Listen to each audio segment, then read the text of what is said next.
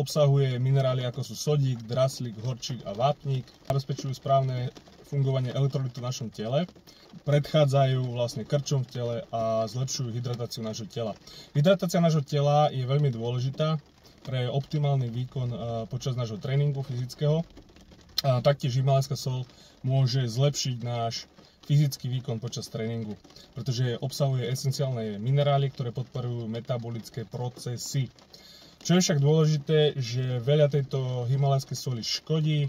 Ja osobne dávam cca zhruba 4 gramy pred tréningom.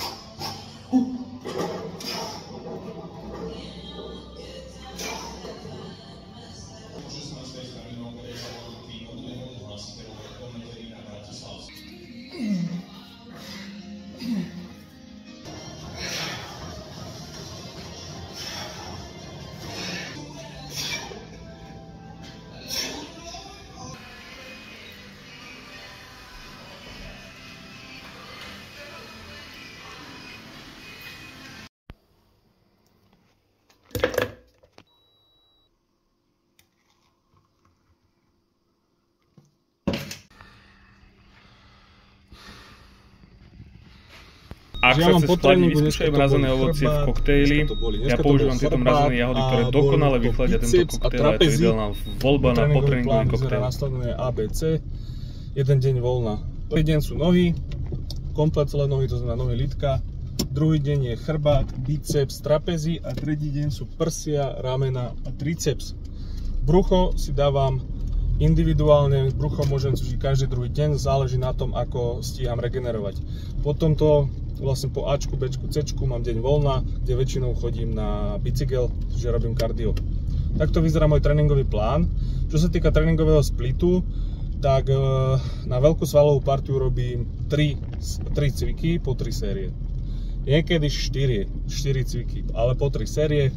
A jedna séria má maximálne 10 opakovaní, čiže idem 10, 8 dajme tomu a zvyšujem progresívne váhu, idem chrbát, sťahovanie kladky, začínam, ja neviem, 50 kg, 10 razy, druhá séria, zvýšim váhu, 60 kg, 8 razy, tretia séria, idem samozrejme do zlyhania, 6 až 8 razy s najväčšou váhou. Keď sa mi stane, že spravím napríklad iba 3-4 opakovania, zhodím o guličku váhu a dokončím si opakovanie. Takže takto vyzerá jednoducho úplne môj tréning, žiadne extrémy, proste ja som toho názoru, že v posilovni sa má sval napumpovať a precvičiť, precítiť, nie ho ničiť. Nemal by si chodiť domov z posilovne zničený, ako to robia crossfitáci alebo niektorí iní športovci.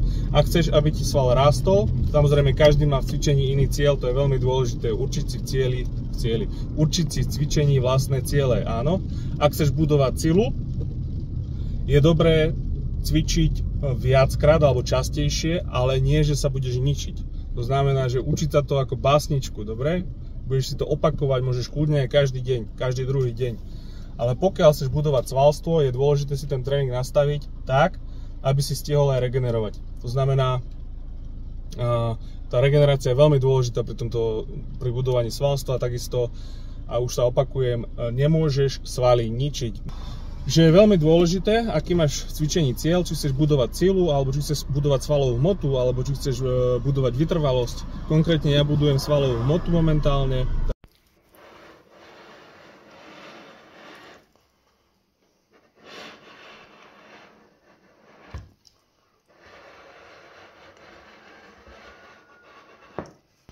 Tu už klasika večera, respektíve potréningové jedlo, hovädzie mleté mäso burgerové, a rýža, omáčka, dionská horčica a paprika. Dobrú chuť.